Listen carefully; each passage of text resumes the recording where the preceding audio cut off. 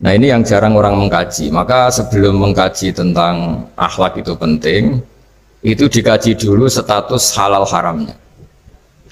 Musa ini punya banyak mukjizat. Nabi Musa ini punya banyak mukjizat. Mukjizat itu sesuatu yang luar biasa, nggak bisa dinalar oleh akal. Itu kalau orang baik disebut mukjizat, kalau orang buruk punya kemampuan ini disebut sihir. Ya, tapi sama-sama punya kekuatan yang dahsyat.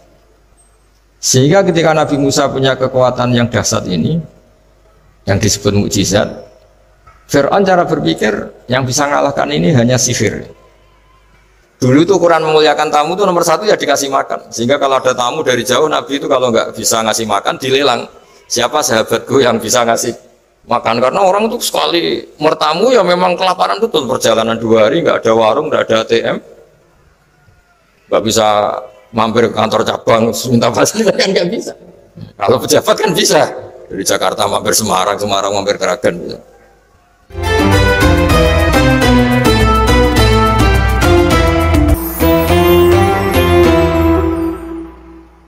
Bismillahirrahmanirrahim. Terkait kajian akhlak atau nasihat-nasihat tentang akhlak secara bahasa atau secara linguistik dari segi kosakata, akhlak itu kata jamak. Jadi kalau orang baik secara fisik, orang Arab bilang kholqon secara fisik. Kalau secara moral, orang Arab bilang khuluq atau akhlak. Lalu urgensinya dengan kita sebagai bangsa, sebagai umat Islam atau sebagai manusia, itu beberapa nabi di antara pujian Allah kepada para nabi adalah karena kebaikan akhlaknya. Lalu kebaikan akhlak ini punya urgensi dalam agama jika akhlak itu benar secara hukum, secara halal haram. Ini yang jarang orang mengingatkan. Jadi misalnya begini, senyum itu sunat itu baik gitu. Oke, kita sepakat senyum itu sunat. Tapi para penipu itu juga senyum. Karena kalau tidak senyum itu tidak bisa nipu gitu. Mungkin wanita nakal ya juga senyum. Orang-orang bisnis yang bodong biasanya cara ngerayu juga pakai senyum. Maka senyum ini berstatus nilai ibadah setelah kepastian target itu halal atau dalam konteks sesuatu yang disahkan agama. Sekali ndak, maka yang menjadi tidak halal. Ya, tadi senyumnya orang yang mau nipu, senyumnya lembaga-lembaga atau apa yang bodong atau apa sajalah. Nah ini yang jarang orang mengkaji. Maka sebelum mengkaji tentang akhlak itu penting, itu dikaji dulu status halal haramnya. Ya kayak tadi misalnya senyum itu sunat, senyum itu ibadah, kata Rasulullah tasaddaku walau bitalqati wajhin, bersedekahlah meskipun hanya dengan senyum. Itu setelah ada kepastian status apa? Halal. Tapi jika orang itu mau nipu itu juga pasti senyum. Orang yang mau menggoda lelaki juga pasti senyum. Lelaki yang goda perempuan juga senyum. Dan kadang konteksnya ada dalam hal-hal yang dibenarkan syarak. Sehingga kepastian halal haram ini nomor satu. Terus kedua, akhlak ini yang menurut disiplin fikih memang agak jelimet ya, tapi nanti Anda mudah memahami. Akhlak, misalnya ekspresi senyum atau ceria, itu dianggap sunat. Kalau dalam fikih dianggap sunat. Sunat itu ya tidak sampai wajib. Tapi ada konteks tertentu yang sunat ini menjadi wajib. Misalnya kita sebagai dai ya, sebagai ustadz itu, orang-orang yang nakal ini bawaannya senyum, ramah. Tapi kita yang ustadz ini bawaannya merengut, cemberut, sehingga kecenderungan orang itu ngidolakan yang nakal. Nah ini penting saya jelaskan supaya orang itu bicara akhlak. Akhlak itu tadi saya katakan, senyum itu baik, ramah itu baik. Tapi setelah status hukumnya itu halal gitu. Ya. Jadi kalau sebelum status hukum itu halal, ini ya ramahnya menjadi tidak baik. Misalnya kamu punya istri cantik, kemudian dia ramah sama lelaki siapapun, kamu kan pusing. Terus alasannya ramah itu baik. Makanya di Quran diingatkan fala takhdu'na bil qawli fayatma alladzi fi qalbihi marad. Orang-orang solihah, orang-orang yang afifah, wanita-wanita terhormat, jangan terlalu ramah sama lelaki lain, karena lelaki lain yang kamu ramahin kalau kebetulan dia ada orang baik, pikiran ramah kamu ini ditafsirkan yang macam-macam. Nah, jadi ini karena saya sebagai kiai memang menekuni fikih, sehingga sebelum bicara jauh tentang hukum moral itu pastikan dulu status halal haramnya, baru ada numpang hukum akhlak. Sodako juga gitu, banyak orang dermawan gitu, ternyata nyun sewu memang uang korupsi sehingga mudah ngasih orang banyak, pas uangnya sendiri ternyata berat. Ini belum bisa dikatakan sodako karena bawaannya dermawan, karena uang saya saja. Jadi kepastian hukum ini harus ada dulu. Makanya dalam Islam fikih itu nomor satu, hanya nomor satu itu ya kepastian hukum. Baru di level aplikasi hukum itu penerapannya, tatbikinya kalau dalam bahasa Arab butuh akhlak. Terus ketiga, cerita-cerita akhlak itu yang paling fenomenal itu kata banyak mufassir. Kenapa Saharatu Fir'aun? Jadi ketika duel, saya cerita sedikit. Musa ini punya banyak mukjizat. Nabi Musa ini punya banyak mukjizat. Mukjizat itu sesuatu yang luar biasa, nggak bisa dinalar oleh akal. Itu kalau orang baik disebut mukjizat, kalau orang buruk punya kemampuan ini disebut sihir. Ya, tapi sama-sama punya kekuatan yang dahsyat. Sehingga ketika Nabi Musa punya kekuatan yang dahsyat ini, yang disebut mukjizat, Fir'aun cara berpikir yang bisa mengalahkan ini hanya sihir. Dipanggillah ahli sihir yang profesional, yang top. Dan mulai dulu itu wong ya seneng duit gitu. Jadi ahli sihir yang mau datang tapi berani berapa gitu. Jadi itu sudah mulai dulu gitu. Jadi sekunade kuno itu transaksinya itu ya harus berani berapa gitu. Fir'aun katanya innakum idzal laminal muqarrabin. Kamu tak jamin menjadi orang dekat saya. Jadi mulai dulu kalau dukung itu ya harus dapat jatah gitu. Jadi jatah orang dekat. Nah, dulu itu apa menteri atau apa tidak tahu, tapi mulai dulu ya sudah gitu. Kata Fir'aun oke. Akhirnya pertarungan itu mau dimulai. Lah uniknya ketika mau dimulai itu Saharoh ini ahli sihir yang bawaan Fir'aun tadi, sewaan nih tadi, bayaran. Itu di luar dugaan Mas Andri, itu malah sopan sama Nabi Musa. Ditonton orang banyak padahal. Ditonton orang banyak karena Fir'aun tuh ingin Nabi Musa itu kalah. Musa kalau dia manggil. Tapi di luar dugaan itu para ahli sihir itu entah saking wibahnya Nabi Musa itu, jenengan dulu apa saya dulu? Monggo jenengan dulu apa saya dulu? Imma antulkiyah wa imma anahnul mulkin. Monggo jenengan dulu atau kita dulu. Jadi harusnya secara teori tarung itu semakin menteror atau ada gebrakan yang mengagetkan, ini kan lebih mudah mengalahkan Musa. Tapi enggak, malah Musa ditanya, wahai Musa, imma antulkiyah wa imma anahnul mulkin. Monggo jenengan dulu atau kita dulu. Nabi Musa juga membalas yang sopan. Enggak, kalian dulu saja. Nah itu kata para ahli tafsir. Barokahnya akhlak yang dilakukan Saharatu Fir'aun ini, al-qawwa fi qulubihim al-iman. Allah saat itu juga memberi iman. Jadi barokahnya sopan sama Nabi siapa? Musa. Jadi barokah akhlak paling fenomenal dalam dunia tafsir adalah ketika Saharatu Fir'aun mendapat berkahnya adab, berkahnya akhlak sampai iman. Sehingga kalau dalam khazanah-khazanah Islam, amal yang paling mudah diterima Allah itu diantaranya satu itu akhlak, dua sedekah. Dalam cerita-cerita kitab yang saya pelajari, sedekah juga gitu. Ada orang itu saking bejatnya, dia seorang kaya raya. Itu saking bejatnya itu cara berpikir itu menurut dia ya rasional, tapi ngawur sekali. Dia punya putri cantik gitu. Ya tentu dia yang rawat. Terus dia ngenangan itu, wong anakku ayu dirabi wong liya. Walhasil itu dia punya rencana menikahi anaknya sendiri. Itu kan sebejat-bejatnya orang. Dan dia cara berpikir itu begitu, memang namanya orang Majusi, tidak beragama. Tapi ketika dia, banyak ulama yang bilang namanya orang ini Bahram.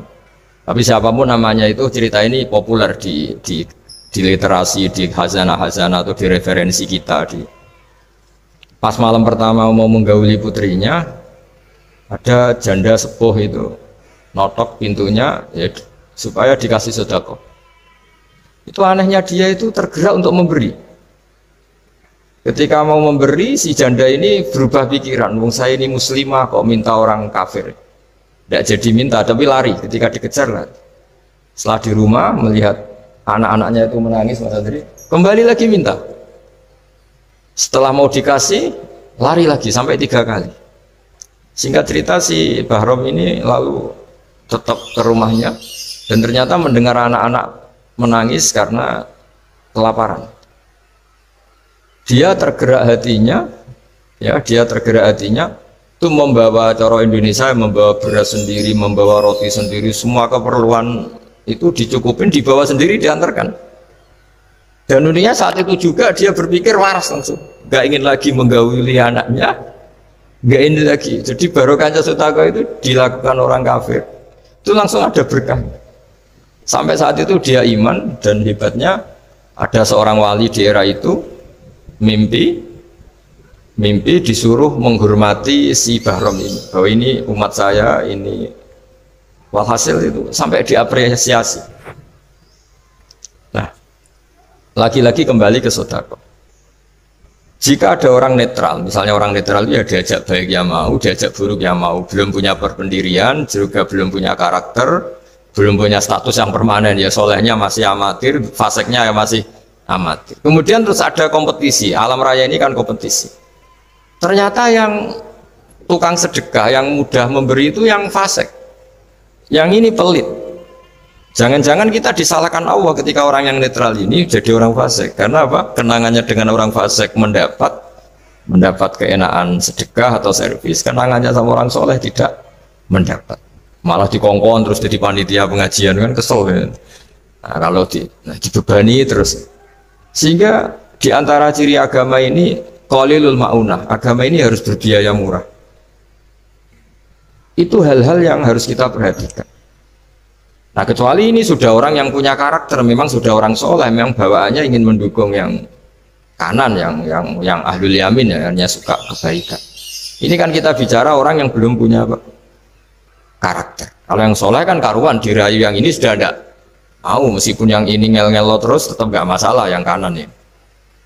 Nah, ketika kita ngelola anak Mas Andri ini, Mas Dwi ini karena yang ada jadi saya pakai contoh. Saya punya kenangan dalam hal ini itu sangat miris. Ada orang sepuh soleh, cerita anaknya itu sekarang kerja di Jakarta tidak sholat, padahal itu ya orang soleh, orang baik. Dan dia kenapa datang ke saya? Karena minta maaf dulu pernah dengan tanda ketik pernah menyalahkan bapak saya, menyalahkan kiai-kiai yang lunak. Bapak saya dulu ya di dalam ada TV, ada sepeda motor, ya umumnya orang. Ternyata kasusnya itu sederhana Mas Andri. Anaknya kiai ini, orang soleh lah, itu karena saking ketatnya itu di rumah nggak ada TV, juga nggak ada motor. Sehingga kenangan pertama lihat TV ya di servis orang yang nyuwun sewu tidak sholat. Kenangan pertama pakai motor ya dipinjemin orang yang nggak sholat. Sehingga bawaannya dia punya utang jasa sama orang yang tidak baik lah gitu. Akhirnya ini nggak jadi idola, orang tuanya meskipun soleh nggak jadi idola. Dan orang tuanya itu nggak punya TV supaya waktunya nggak habis untuk nonton TV, nggak punya motor biar nggak keluyuran. Niatnya baik, sangat baik. Tapi karena terus ini tuh tadi kembali ke tadi al-insan abdul ihsan, manusia itu budaknya kebaikan. Kenangannya lihat TV ya sama orang yang nggak bener ini. Kenangannya pakai motor ya pakai. Maksudnya ikut merantau ini ke Jakarta. Singkat cerita terus akhirnya dia katut temannya yang nggak sholat.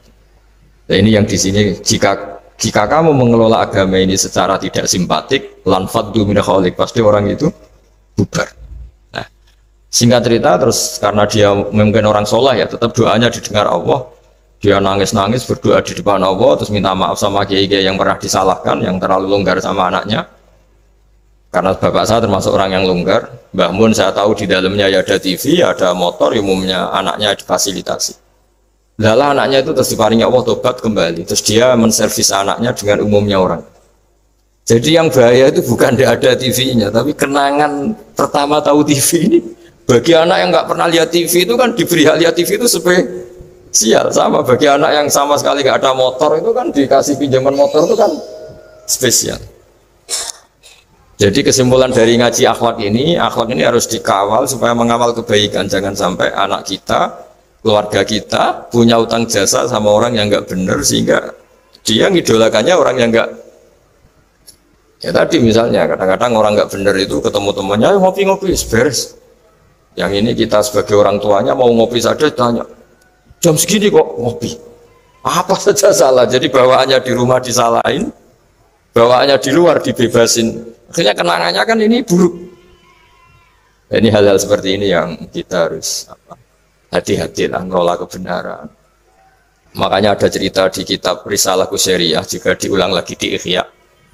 Ada orang Majusi, ya bayangkan dulu itu kan padang pasir, di jalan nggak ada air, juga nggak ada warung, Mas Andri, juga nggak ada ATM. Jadi bayangkan dulu. Jadi cerita ini harus dibayangkan dulu. Kalau sekarang kan nggak kebayang ada orang kelaparan di perjalanan. Makanya dulu tuh hukumnya ekstrim. Siapa yang iman billah wal yaumil akhir harus memuliakan tamunya. Dulu tuh ukuran memuliakan tamu tuh nomor satu ya dikasih makan. Sehingga kalau ada tamu dari jauh, Nabi itu kalau nggak bisa ngasih makan dilelang.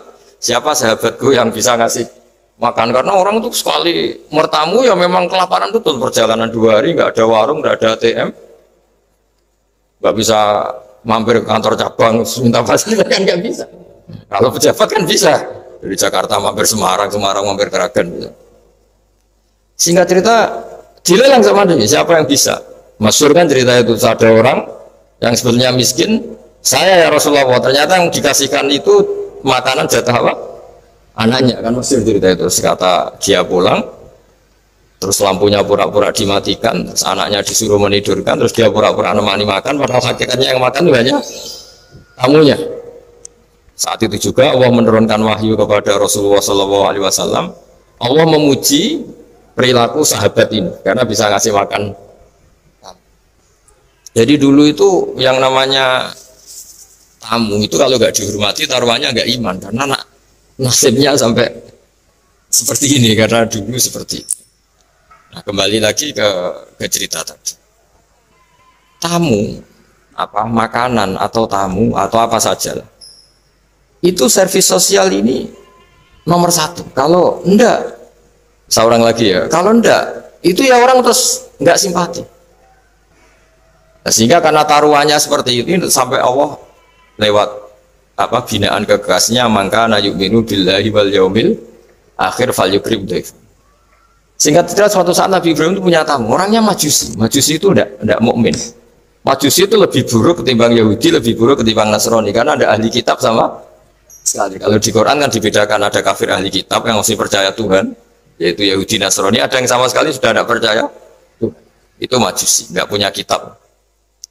Orang Majusi datang ke Nabi Ibrahim karena beliau terkenal Abu Duyuf, bapak dari segala tamu. Beliau itu nggak mau makan kecuali bareng tamu, bareng anak yatim, saking solehnya Nabi Ibrahim.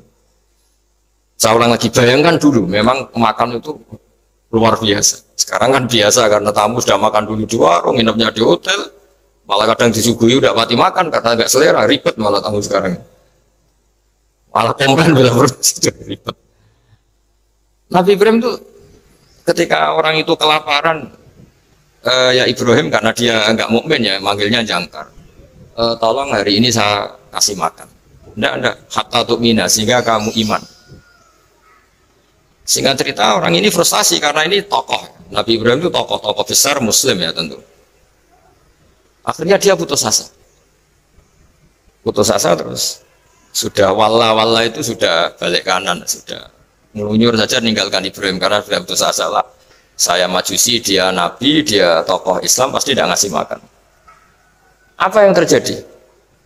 Saat itu juga Allah, karena beliau Nabi, bisa komunikasi dengan Allah, dapat wahyu. Lihat orang itu umur berapa? 70 kira-kira gitu atau 60. Kata Allah, orang itu baru ini loh kelaparan katanya. Dan baru ini juga minta kamu kan, iya. Dan kemarin-kemarin tidak pernah kelaparan ya baru ini ya. Kata Allah, saya yang Tuhan saja ngasih makan dia padahal tidak iman sama saya. 60 tahun. Kamu diminta untuk 1 hari saja kok mensyaratkan apa? Iman. Ya panggil saja supaya makan di kamu. Salah saya. Panggil harinya sama Nabi Ibrahim dikejar. Udah, ayo makan ke saya. Gitu. Ya gimana? Ya enggak usah syarat iman, pokoknya makan saja. Sudah si makan sama Nabi Ibrahim di servis, tanya orang itu. Kok kamu mendadak baik tadi sini situ? Itu ya, ditegur Allah. Saya salah katanya. Loh, Allah yang Tuhan itu, menurut kamu Tuhan itu betul negur kamu? Iya. Dia nangis. Ternyata Tuhanmu itu Tuhan betul ya. Saya yang majusi aja diperhatikan kata. Bahkan menyalahkan kekasihnya kamu kata. Ya saya mau iman saja kata. Itu ya barokahnya servis.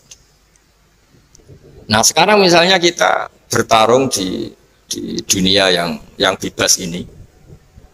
Misalnya nyuwun sewu, yang ngasih makan ini nyuwun sewu orang nggak baik, yang orang baik nggak ngasih. Pasti utang jasanya orang ini sama yang nggak baik. Karena kenanya sama orang baik itu udah baik. Nah ini yang dimaksud walaupun tafadzun qalidul qalbi lan faddu min khali. Kalau orang mengelola Islam dengan cara yang kurang baik, maka akan melahirkan apa orang lari. Karena tadi al-insan abdul es. Jadi cerita yang ringan-ringan di sekeliling kita juga seperti itu. Bapak-bapak itu ngopi di rumah itu ya rasanya kopi sama. Itu gara-gara tidak nyaman ya cara bujukin marah kan gitu cara nyugoi. Di warung senyum. Akhirnya milih di warung. Karena di warung dapat senyum, di rumah dapat. Semua proses sosial itu seperti itu.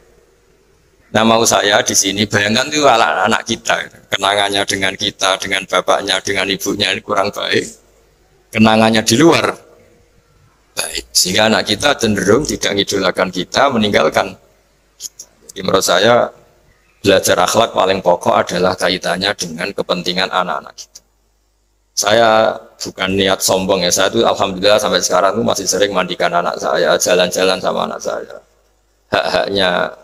Bahkan saya ini punya ajaran yang agak unik.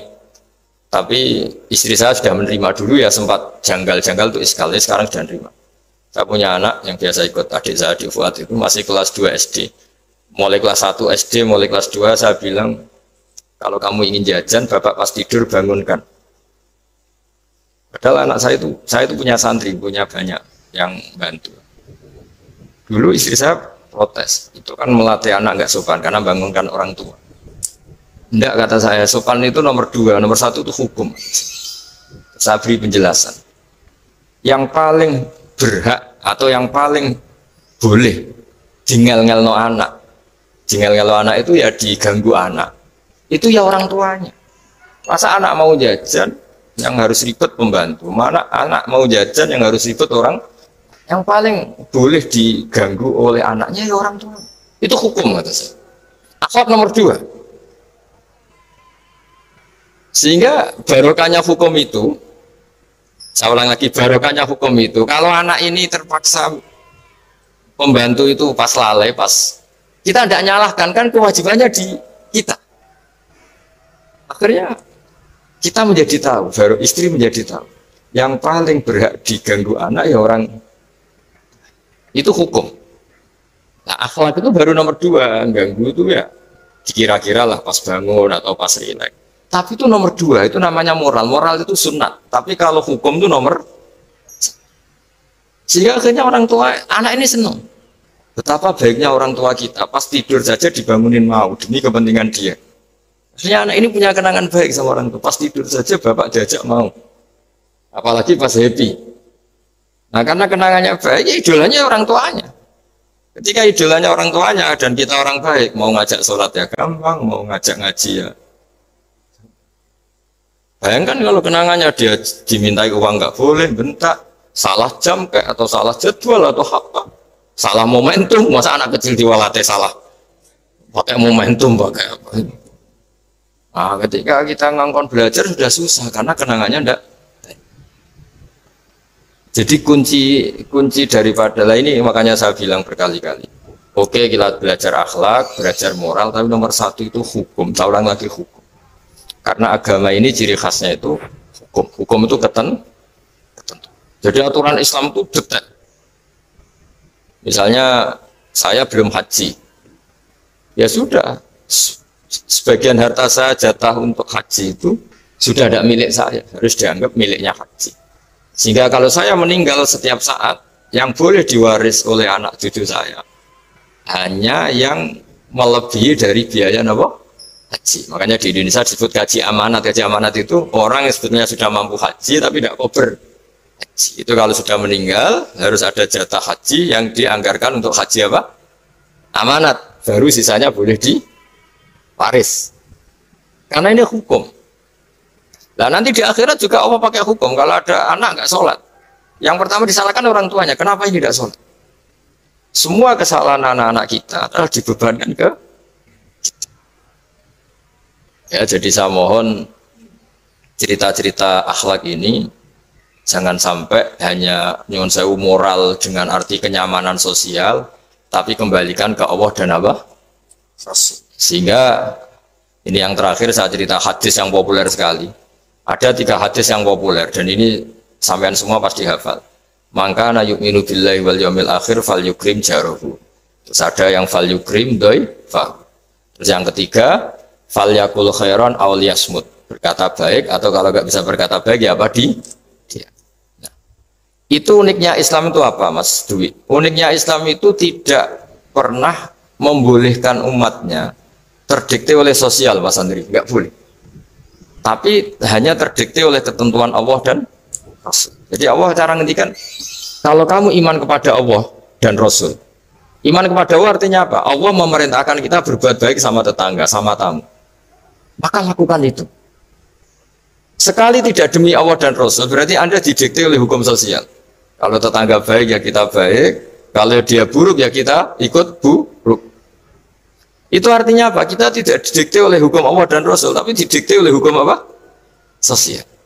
Islam itu agama yang hubungannya manusia itu dengan Allah, bukan dengan sosial. Sehingga ketika baik sama tetangga pun itu karena perintah Allah. Sehingga kalau suatu saat kecewa tetangga kita itu kurang ajar misalnya, ya kita tetap nyaman saja karena kita baik itu atas perintah. Makanya masyhur di kalangan ahli hadis ada dawuh Nabi, la takunu imma'atan. Taquluna in ahsanan nas ahsanna wa in dolamuna dolamna. Kamu jangan jadi orang yang didikte sosial. Kalau orang baik kamu baik, kalau orang buruk kamu ikut buruk. Itu namanya orang yang nggak punya prinsip. Tapi walakin wattinu anfusakum, kata Rasulullah. Kuatkan prinsip kamu, jika manusia baik kamu akan baik, dan manusia ketika buruk kamu pun tetap ingin baik. Nah, dengan demikian ini berarti kebaikan kamu itu atas perintahnya Allah dan Rasul, bukan atas nama sosial. Sehingga misalnya ada orang birrul walidain, ibunya bawaannya cerewet, mbahnya cerewet, ya tetap baik. Tapi kalau kamu didikte sosial, sekali ibu kamu bawel, malas lah ketemu ibu bawel. Nah, ini berarti kamu belum didikte Allah dan Rasul, tapi didikte itu hukum apa? Sosial. Sehingga untuk menutup mauidhah ini, saya sering cerita di mana-mana di kitab Ihya itu ada cerita, ada seorang pemuda yang kurang ajar sekali. Ada kiai dipanggil, Pak Yai silahkan ke rumah saya. Ya kira-kira cara sekarang mungkin 500 meter datang. Setelah sampai depan rumahnya, sudah Pak Yai saya tidak punya kebutuhan sama kamu. Itu kiainya senyum, rileks. Setelah sampai rumahnya dipanggil lagi, Pak Yai mohon ke rumah saya. Kiainya ke situ lagi asik kan. Terus setelah sampai rumahnya pemuda tadi, sudah pulang aja saya tidak butuh kamu. Sampai 3 kali. Dan kiainya tuh asik, ceria gitu. Pemuda itu kagetnya bukan main. Kenapa Pak Kiai tidak tersinggung? Malah senyum-senyum. Jong kata orang Jawa ini. Ini cerita di Ihya. Saya tuh senang sekali nuruti perintah Allah. Allah menghentikan, saya disuruh hormat tetangga. Lah kamu tetangga saya. Dan saya alhamdulillah bisa nuruti karep kamu. Disuruh ke kamu, saya ke kamu. Dan sekarang karep kamu saya pulang, ya saya pulang. Syukur sekali hari ini saya bisa nuruti perintah Allah sampai 3 kali. Nangis pemuda itu. Loh kalau kamu kan mau tampar, ini kan pelecehan. Itu kan kurang ajar betul, kiai digambar. Tapi wali-wali itu nggak berpikirannya tidak seperti itu. Kalau kamu tidak wali ya memang aneh pikiran itu, tapi yang benar ya itu.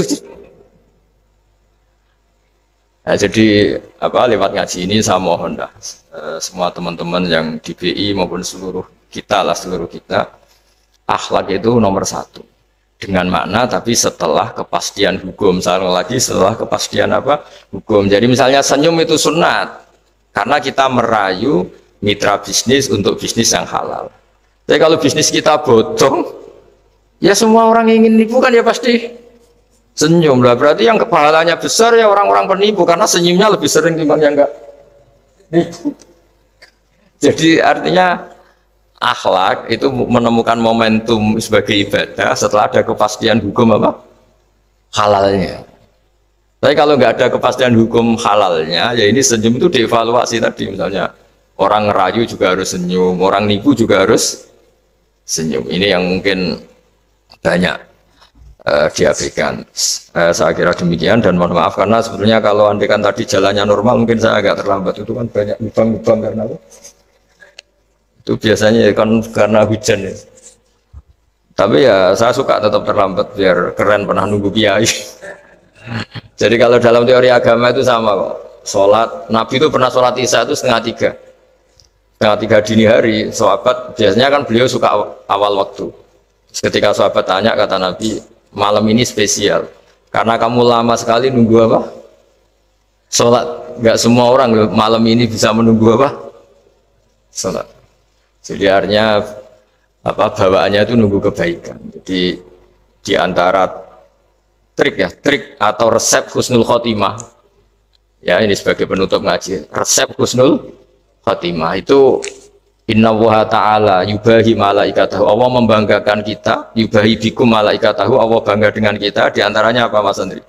Umatnya Rasulullah SAW itu kalau habis subuh ditanya, ngapain kamu hidup nunggu sholat duhur?